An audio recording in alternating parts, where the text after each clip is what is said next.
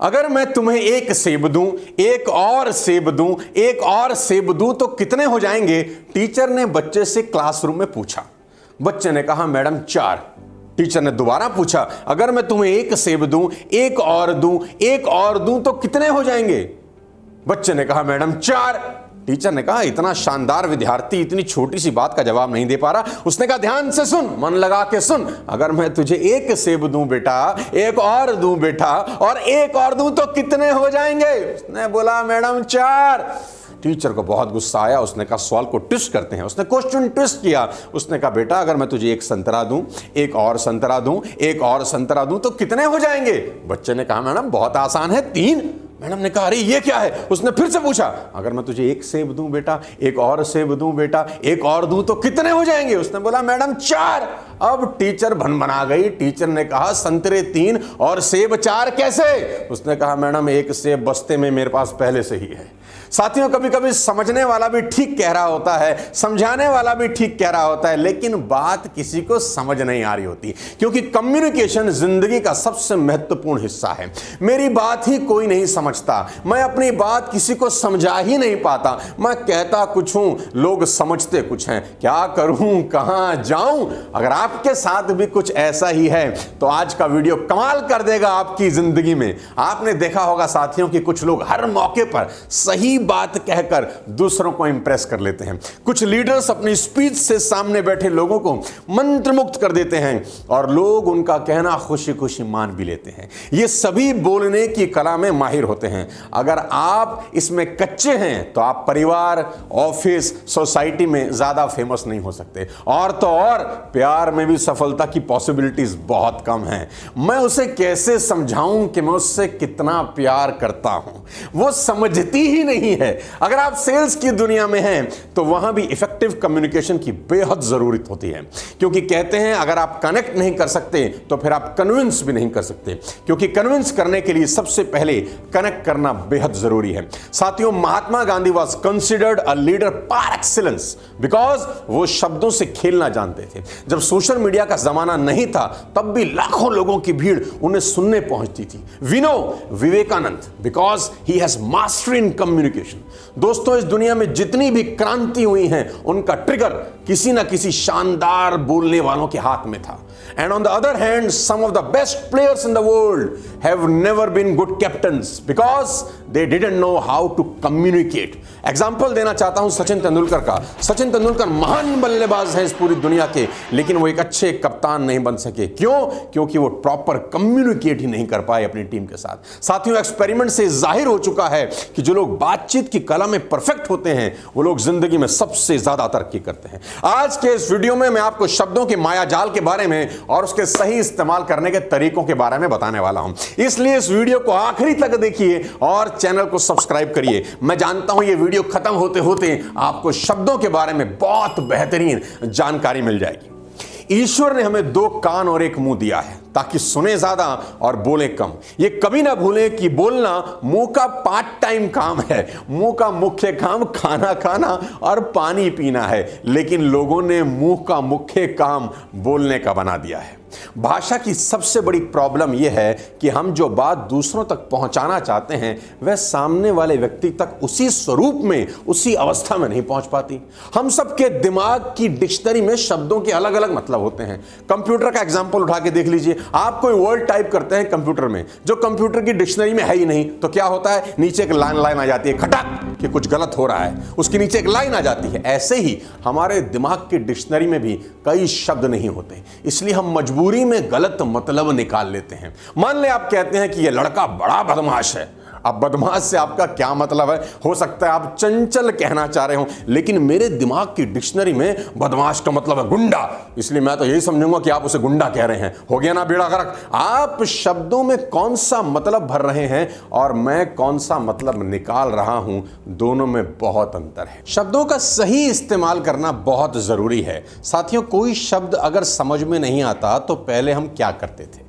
Dictionary में जाके ढूंढते थे, फिर मतलब समझते थे, कभी कभी तो फिर भी मतलब समझ में नहीं आता था। लेकिन आज टेक्नोलॉजी ने एक अलग ही तरक्की कर ली है। मान लें आप एक किताब पढ़ रहे हैं और कोई शब्द समझ नहीं आ रहा, आप अटक गए। अब डिक्शनरी में जाने की जरूरत नहीं, आप उस शब्द को प्रेस करें, शब्द के मीनिंग के साथ उसकी तस्वीर भी सामने आ जाएगी, तो कैसा रहेगा। यह चमत्कार कर दिया है मैकटैप ऐप ने।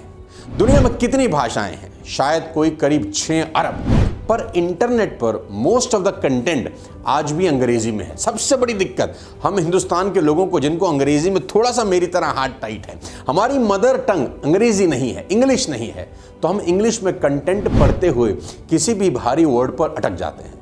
फिर हम उस वर्ड को कॉपी करके ऑनलाइन डिक्शनरी में पेस्ट करते हैं और जो मीनिंग मिलता है वो बोरिंग, लंबा चौड़ा टेक्स्ट में लिखा होता है। इससे हम भूल जाते हैं। साथ ही मैं बताना चाहूँगा, कमाल का काम किया है और मैं जानबूझ के आपको इस ऐप के बारे में बता रहा हूँ, सो दैट आपको मालूम चले कि दुनिया कितनी तेज़ी के साथ बदल गई और हिंदुस्तान ने कितनी तरक्की कर ली। मैगटैप, मैजिक टैप बोला जाता है कि जादुई ऐप है ये। इस प्रॉब्लम को सलूशन कर दिया है, इस प्रॉब्लम का सलूशन लेकर आया है मैकटैप। आप मैकटैप ब्राउजर में कुछ भी पढ़ रहे हो, अगर वहां किसी भारी वर्ड पर स्टक हो जाए, फंस जाएं, वर्ड को लॉन्ग प्रेस करिए, बस कुछ नहीं करना, पलक झपकते ही आपको उसका विजुअल मीनिंग मिल जाएगा। इस विजुअल मीनिंग को आप मैकटैप में कोई भी डॉक्यूमेंट जैसे पीडीएफ हो गया, वर्ड हो गया, एक्सेल हो गया, पढ़ते हुए इस्तेमाल कर सकते हैं। और पुरानी कहावत है कि कोई भी चीज़ आपकी मेमोरी में लंबे समय तक तभी रहती है जब उसका विजुअल भी आप साथ साथ देख रहे हो। और मैकटैप में कॉम्पिटिटिव एग्जाम की तैयारी के लिए भी बहुत सारी किताबें हैं, तो डाउनलोड करें मैकटैप ऐप, लिंक मैं नीचे डिस्क्रिप्शन में दे दूंगा। साथियों, जब भी आप शब्दों का इस्तेमाल करते हैं तो एक बड़ा रिस्क होता है कि उसका गलत मतलब ना निकल आ जाए, इसीलिए शब्दों का सही इस्तेमाल बहुत जरूरी है। लैंग्वेज किसी भी विचार को मेरे दिमाग से आपके दिमाग में बिना ऑपरेशन किए पहुंचाने का साधन है। कहते हैं शादी में एक आदमी बहुत देर तक खा रहा था, किसी ने पूछा कब तक खाओगे भाई? उसने कहा मैं तो खुद खा खा के दुखी हो गया हूं, पर क्या करूं, कार्ड में जो लिखा है खाने का समय 7 बजे से 10 बजे तक है, इसलिए मैं खाता ही जा रहा हूं। दुनिया में 6 अरब भाषाएं आप जानते हैं, पर भारत में तो हर 50 किलोमीटर पर साथियों बोली बदल जाती है। हर व्यक्ति अपने तरीके से बात करता है और सोचता है। संता और बंता एक कैंप पर गए। सुनिए, एक बहुत गजब कहानी सुनाता हूं। संता और बंता एक कैंप पर गए। रात को अचानक संता ने बंता को जगाया कि जाग, ऊपर आसमान में देखकर बता तुझे क्या दिख रहा है। संता ने कहा मुझे लाखों करोड़ों तारे दिख रहे हैं। बंता, इससे तुझे क्या समझ में आता है? संता ने दिमाग पर जोर डाला और जो जवाब दिया वो काबिल तारीफ है। संता ने कहा खगोल की दृष्टि से अगर देखूं तो पता चलता है कि ब्रह्मांड में लाखों करोड़ों आकाश गंगाएं हैं। ग्रह और ज्योतिषी की दृष्टि से देखूं तो मुझे पता चलता है कि शनि सिंह राशि में है। समय की दृष्टि से देखूं तो पता चलता है रात के 3 बजे हैं। धर्म की दृष्टि से पता चलता है ईश्वर सर्वशक्तिमान है और इंसान बहुत छोटा है। मौसम की दृष्टि से लगता है कि बेटा कल दिन बहुत सुहाना होगा। वैसे बंता, तुझे क्या लगता है? बंता ने कहा मुझे लगता है किसी ने हमारा टेंट चुरा लिया है।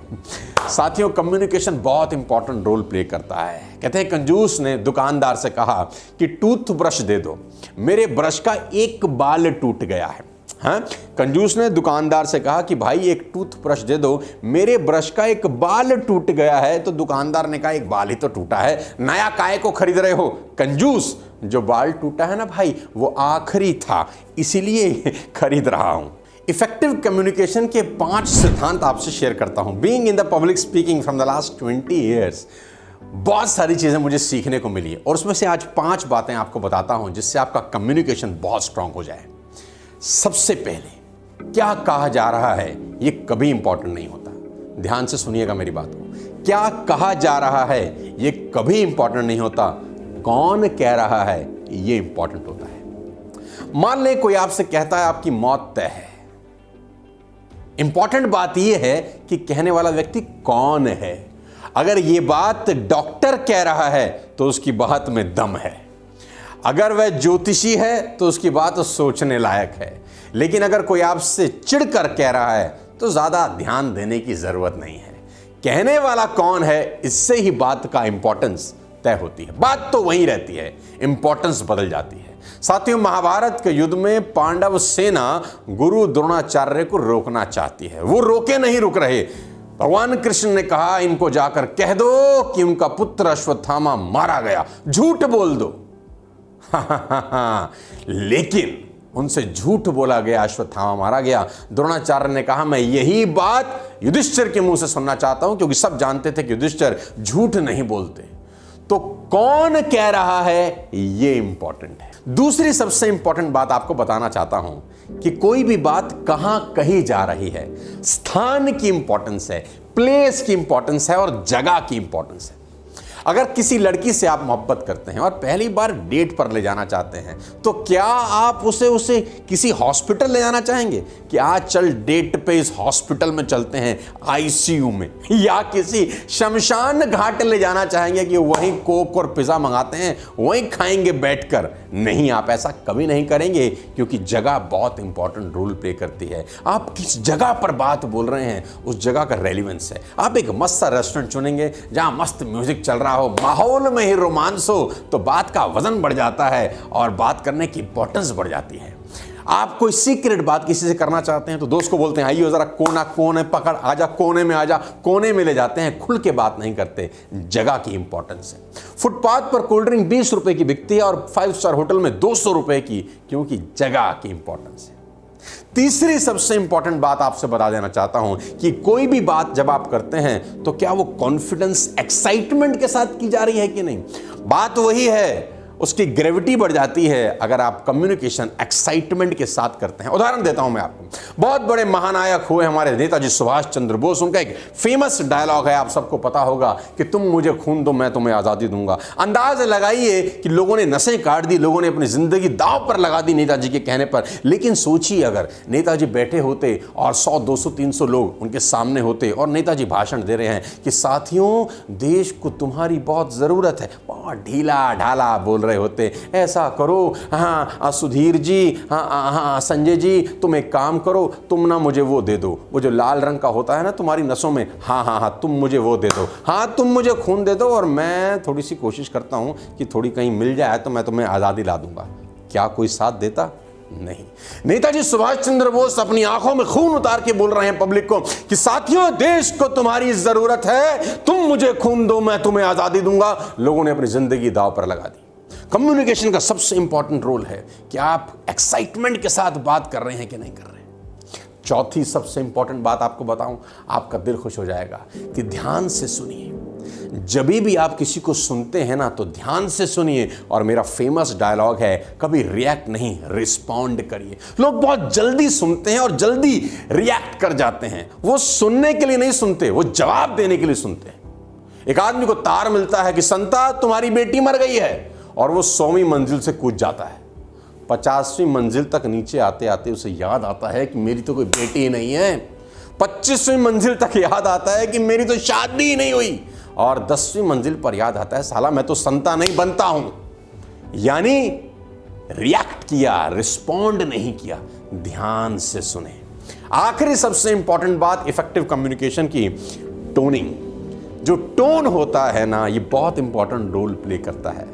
बड़ी बड़ी लड़ाइयां हो जाती हैं रॉन्ग टोन ऑफ वॉइस में।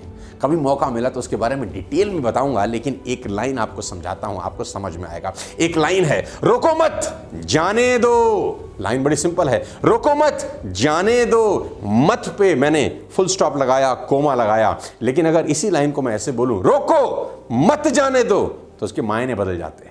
रोको मत जाने दो में जाने दो, और रोको मत जाने दो में रोक लो। लाइन वही है, वर्ड्स वही हैं, लेकिन कहां आपने रुकना है, कहां टोन को नीचे करना है, कहां ओपन करना है, लाइन के मायने बदल जाते हैं। पति पत्नी गोलगप्पा खाने गए, पत्नी ने गोलगप्पा खाया और पत्नी ने पूछा और, तो पति ने बोला नागिन खा ले नागिन खा ले।